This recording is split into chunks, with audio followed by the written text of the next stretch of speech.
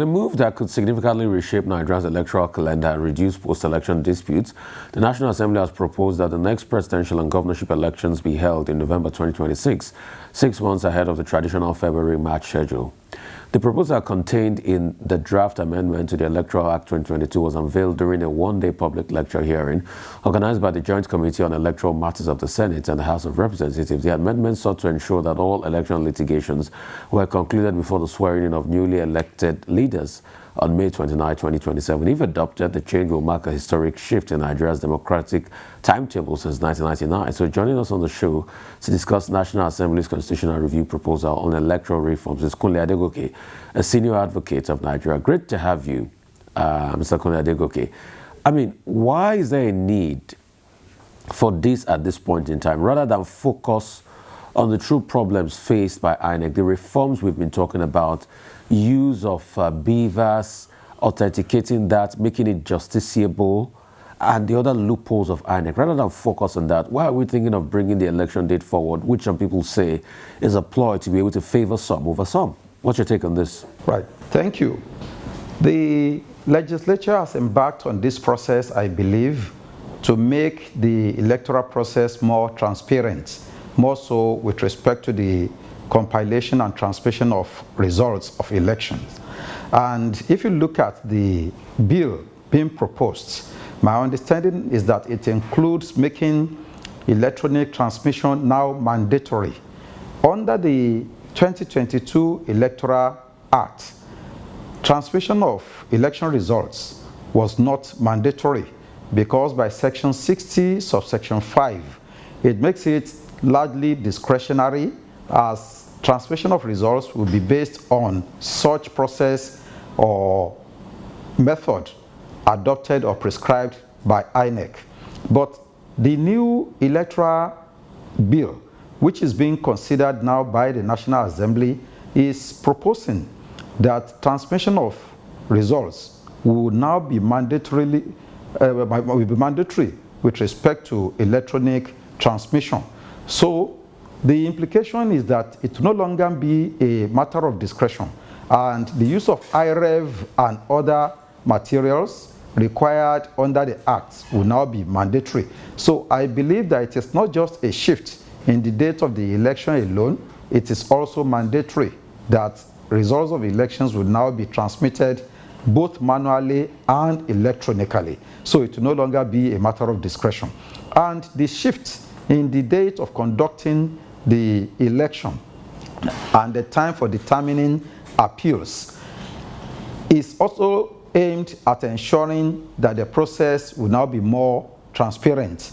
And you know, there has been an agitation over time that persons returned at elections ought not to be sworn in before petitions challenging their returns will be determined. I think one of the champions of this is Dr. Olisa Agbakoba, SAN, and the idea actually got a lot of approvals from the Nigerians across board. And on this basis, the National Assembly is now considering that the date for the conduct of the election should be brought earlier, rather than maybe about 90 days before the date of handing over.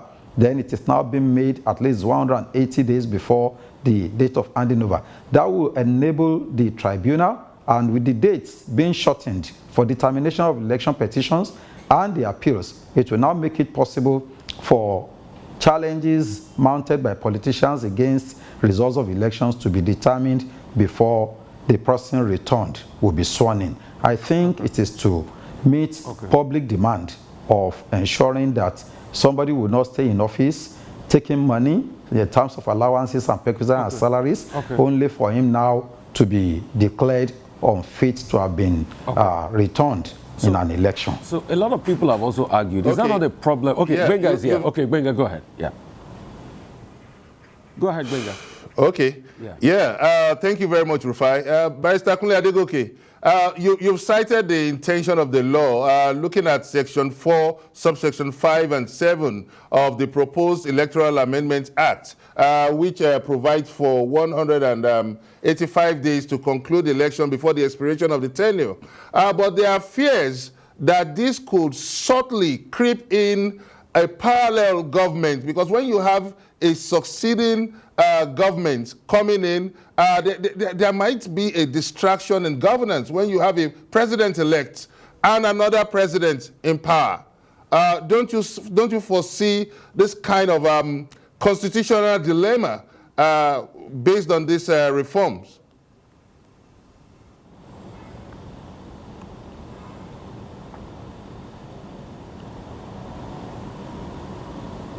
Hello, Mr. Adegoke, can you hear Gbenga? Okay, if you can hear... No, I couldn't hear... Okay, let me come again. No, Gbenga, don't worry. I'll help you re-echo the question. It couldn't hear you. What Gbenga is saying invariably is that you have... Are you not going to have a constitutional lacuna that in a case where a new president is elected in November and the president, by his election, feels he wants to get into office, and you still have the former president stay there for 6 months after the election of that new president. So you sort of like have two kings in the forest. It's not going to cause a constitutional lacuna and a brouhaha. That's what Gbenga is pretty much saying. Absolutely. That's my question. No, there is no way a new election will not be conducted before the expiration of the tenure of the incumbents. Whether it is conducted 5 days before the expiration or 180 days before the expiration of the tenure of the incumbent, it doesn't really make any difference. Right now, election, for instance, the election of President Bola Tinubu was conducted in February, whereas the tenure of the incumbent President Muhammadu Buhari will be expiring May 29, 2023. So in the circumstance, it is mandatory that elections would have been conducted long before the expiration of the tenure of the incumbents. There wouldn't be the person who was elected in the new election wouldn't have been sworn in. There's no way he can exercise the powers of the incumbent. So the incumbent will still exhaust his tenure before the president. That is why he is either called governor-elect or president-elect. And until he is sworn in, he cannot exercise the powers and functions of the president or governor, as the case may be. So elections must be conducted before the expiration of the tenure of the incumbent. We cannot have two captains in the ship. The new captain has not been sworn in, has not been empowered. His tenure of office has not been activated. And if he believes that, okay, he should be contesting powers, the exercise of powers with the incumbent, that means that he wants to start his tenure before the Constitution even recognizes him as an elected person. Because as at the time that he is maybe declared winner of an election, he is just only governor-elect or president-elect, as the case may be. Okay. Must we wait 6 months? Can't we use the Kenya model? Just today, we announced the passing of Odinga. Bless his soul. In Odinga's case, the presidential election petition was decided in about 2 weeks. Do we need to leave this very long span of time? Because in the end, despite how much time we have left, you still have the judiciary sway to some people's side, and the opposition will always say that they were not fairly treated. So it's not that it's a one-size-fits-all. It's not that it solves the problem where we have a length of time to be able to settle the matter of adjudication. Can't we do it quicker, like the Kenyans will do it? It has its advantages if we do it quicker. For instance, people have suggested less number of days for the determination of election petitions and also election appeals. However, we must understand that the terrain in which we operate, I can't recall right now the population of Kenya when compared to Nigeria, and the number of registered voters in Kenya when compared to Nigeria. Here is Nigeria that we are talking about, a population of about above 200 million people. And in the circumstance, the implication is that the number of votes, the number of persons expected to have registered for an election might probably be, a lot. And in the circumstance, it calls for the determination of election petitions in a way that will equally be transparent and will meet the demands of justice. When you look at, if you say that it should be shorter, that the period for determining of election petition should be shorter, the time, it is somebody who has experienced election petition that can really appreciate what I'm saying here. You have 21 days to file an election petition. In most cases, in fact, the 21 days, if you do not work night and day, you may not be able to meet that length of time to be able to file within 21 days, because you need to gather your evidence, you need to gather documents and what have you. Then, by the time you go to the tribunal, our electoral process in terms of election petition still requires that you call a witness per polling unit until it is recognized that you can call fewer witnesses who can give evidence of what transpires at the polling stations. Only then will you succeed in reducing the length of time required to prove an election petition.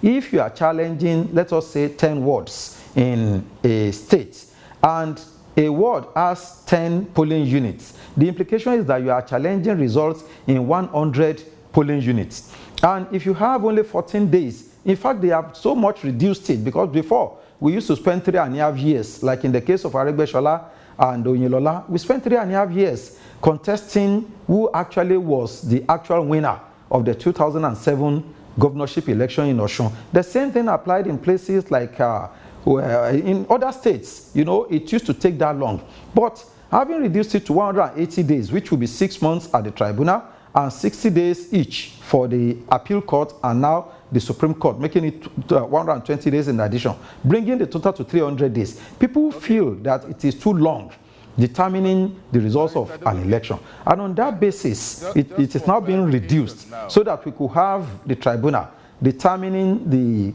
consequence of an election within a shorter period, probably about 90 days, and the Court of Appeal within maybe 45 days each, so that it brings it closer. And I think that is being considered in the amendments to the Constitution and the Electoral Act at the level of the National Assembly, so that we could have something closer to the Kenyan model. But I can bet you that the consequence of this reduction in the length of time required to prove election petition will also result in a lot of agitation, because petitioners will find it difficult to prove infractions that might have occurred in an electoral process because of the length of time that they are going to have. It is something that is rigorous and tedious, and you must prove it is sui generis. It is not just a case like maybe a civil case whereby you prove your case on preponderance of evidence. You are required to prove it sui generis in a manner that is closer, because most of the allegations you are going to be making might even border on crimes whereby you will be required to prove beyond reasonable doubt. And without such a stipulation, all manner of frivolous petitions will equally be unseating an elected person. That is why it is required that it should be this rigorous. So I believe that the proposal being made by the National Assembly should equally include a reduction in the rigor of proving electoral infractions, so that it will not require you to call maybe a witness per polling. During the Aregbesola and Oyinlola's case, you know how we were able to do it, which the Court of Appeal agreed with us, was that we were able to call one witness per ward.